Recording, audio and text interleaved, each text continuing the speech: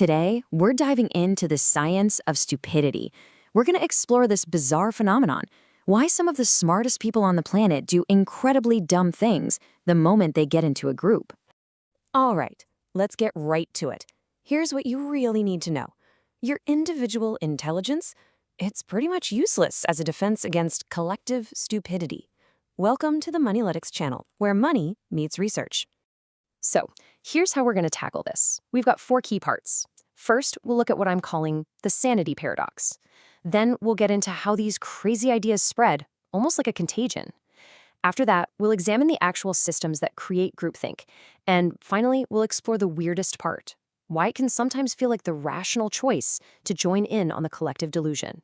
Okay, so first up, the sanity paradox.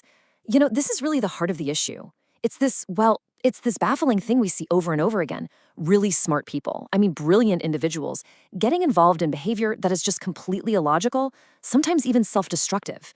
But here's the kicker. It only seems to happen when they're part of a group. And that leads us to the big question, right? Why?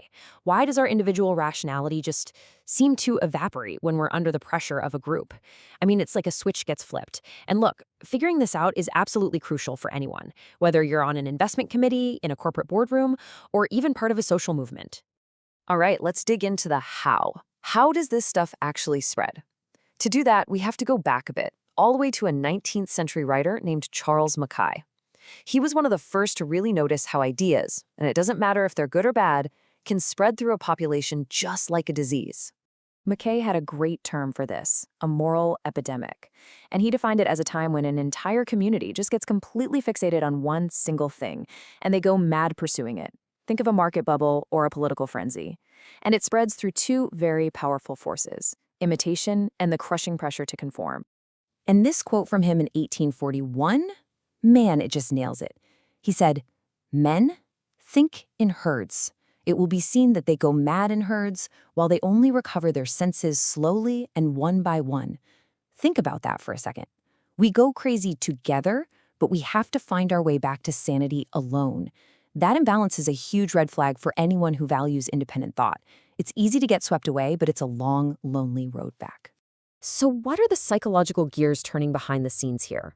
Well, it boils down to 4 main things. First, you've got affective contagion. That's just a fancy way of saying emotions are contagious. Panic, euphoria, they spread like wildfire. Then there's strategic mimicry. When we're not sure what to do, what's our default? We just copy other people, no questions asked. Of course, there's the classic conformity pressure, that powerful social need to just fit in. And lastly, you get these emergent norms, where a group just spontaneously makes up its own rules on the fly, and suddenly, everyone's following them.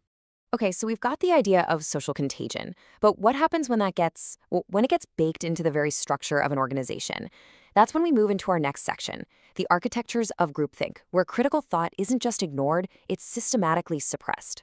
So groupthink, this term comes from a psychologist named Irving Janis, and what it describes is a dynamic you see in really tight-knit groups, where the desire to get along and agree becomes way more important than the desire to be right.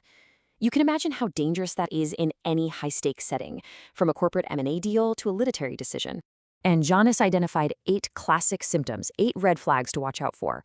The group starts to feel invincible, totally untouchable. They develop this unquestionable belief in their own morality. They start rationalizing away any contradictory evidence and create stereotypes for anyone who isn't one of them. Then, the individuals inside the group start censoring themselves. They have doubts, but they keep quiet. And that creates this fake illusion of unanimity. And God forbid someone actually does speak up, they face immense pressure to get back in line, often from these so-called mind guards who take it upon themselves to protect the group from any inconvenient truths. This whole thing leads to another kind of brutal concept, functional stupidity. And let's be clear, this has nothing to do with people actually being stupid, not at all. It's when an organization, often without even realizing it, creates a culture where deep, critical thinking is discouraged. Why? Because asking tough questions creates friction, and it's just easier for everyone to keep things smooth and cohesive. And this functional stupidity has a few key ways it works. You can see them laid out here. First, there's this weak shared mentality, where people just absorb the group's way of thinking without ever really questioning it. Then you see that strategic mimicry again, just mindlessly copying what your boss or your peers are doing. And of course, affective contagion, getting swept up in the group's mood.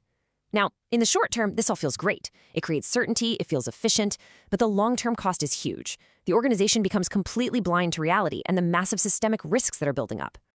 So you can see there's a real tipping point here. You've probably heard of the wisdom of crowds, right? The idea that a group's collective guess is better than any individual's. Well, that only works under very specific conditions. People have to be thinking independently, there needs to be a diversity of opinions, and information can't all come from one place. The second you introduce social influence, conformity pressure, and emotional contagion, poof, the wisdom of the crowd instantly flips into the madness of the crowd. So you might be sitting there thinking, okay, this is all well and good, but if it's so obviously a bad idea, why don't people just stop? How does this systemic irrationality become a trap that you just can't seem to escape? Well, that brings us to the final, and maybe the most disturbing piece of the puzzle, Section 4, mutually assured delusion. This is where we get into the mind-bending paradox of why it can actually be a perfectly rational decision for an individual to participate in something that is completely, collectively irrational. They call it the MAD principle for mutually assured delusion. And it's actually pretty simple when you break it down. Imagine you're in a system where everyone depends on each other, a big corporation or a hot stock market. If everybody else is ignoring some really bad news, it actually becomes the smartest career move for you to ignore it too. Because think about it. If you're the one who speaks up, you're the one who pays the price. You become the problem. There's no upside for you, only downside. And you can see how this willful blindness spreads in a few predictable steps. First, some bad news comes out. And that news threatens the group's morale, its stock price, its very identity. That makes it 10 times harder for any one person to be the bearer of that news. So what happens? Individuals make the logical, self-preserving choice to just look the other way. They practice willful blindness. And pretty soon, the group's collective rationalization kicks in, creating a protective bubble, with those mind guards we talked about, making sure no one dares to pop it. We can see a real-world example of this kind of dynamic by looking at risk perception. For instance, during the COVID-19 pandemic, if we look at the CDC data on survival rates by age, we see very high percentages, especially for younger age groups. For those 0 to 19, the rate was 99.997%. For ages 20 to 49, it was 99.98%. Yet the collective fear and the public perception of risk, which was amplified by social and traditional media, didn't always align perfectly with that statistical reality. It's a textbook case of how a moral epidemic can shape perception. So what's the big takeaway from all of this? It's this. If you're in a meeting or you're analyzing a market and you see unanimous agreement, be suspicious. Be very suspicious. Because that kind of consensus is rarely a signal of the truth. It's much more likely a symptom of groupthink, a sign that everyone is desperately avoiding an uncomfortable reality. Remember this. Real consensus is incredibly rare. Fake consensus is everywhere. So we'll leave you with this final thought, adapted from Charles Mackay's work. The preservation of one's senses is a lonely task. And it is. But, as he suggests, it is the only foundation upon which a truly rational society can ever be built. If you found this research valuable, please like the video, subscribe to MoniLytics, and check out the affiliate links in the description to support the channel. And stay tuned for our next deep dive, where we'll be shifting our focus to the man who printed money until a nation collapsed.